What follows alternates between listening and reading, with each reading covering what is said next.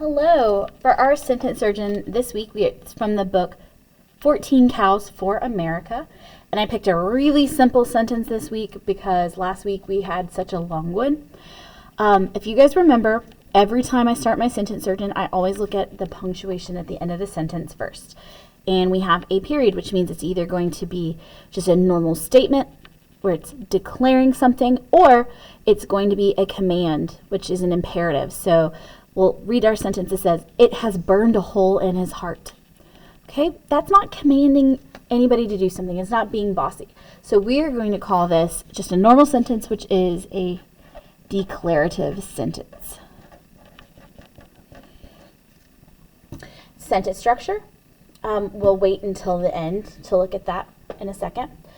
And when I'm looking at my sentence surgeon, I'm always looking for nouns first. Those are people, places, and things. So it has burned a hole. Okay, a hole is a thing. So we're going to call this a noun.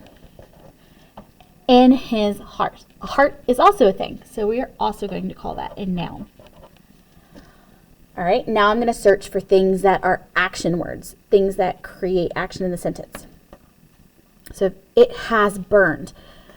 Burned is a verb. It's an action. And it has an ed on the end, which means it happened in the past. They're saying that it already did happen.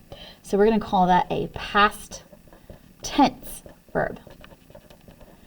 And one of the interesting things is also this word has. Has is a special kind of verb that we'll talk about later in the year. We're not going to label it yet because I feel like that's just a lot of information for the moment.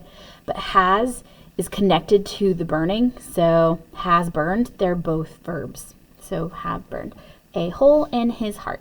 All right, no more action in the sentence. Now we're going to look for words that are describing. What we have left is it, a, in, his. Okay, none of that is describing anything, so we actually don't have any adjectives in our sentence this week.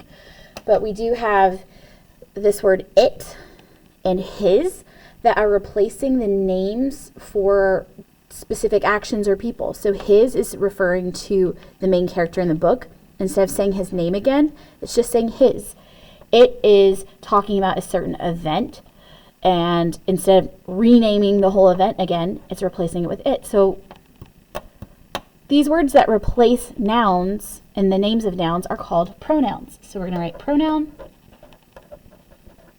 and pronoun. All right, we have two more words left. We have a and in. A is an article. It's on that list of a, an, or the. We just have to memorize those. There's not really an easy way to remember them. They're just a, an, and the. And then we have the word in. In is a preposition, which, once again, we're at the beginning of the year, starting to learn all of this. We'll start to learn more about what a preposition is later, but it's showing positioning. Where is the hole? In the heart. So it's positioning the hole to the heart. All right, so now we just need to figure out what is the subject and the predicate of the sentence. The predicate is going to be the action, and the subject is what is doing the action. So our only two action words are has burned. So we're going to write down has burned as our predicate. And a good tip for that is just looking for the verbs and figuring out what the most important one in the sentence is. Okay, and what's burning? It. It is burning. So the subject is it.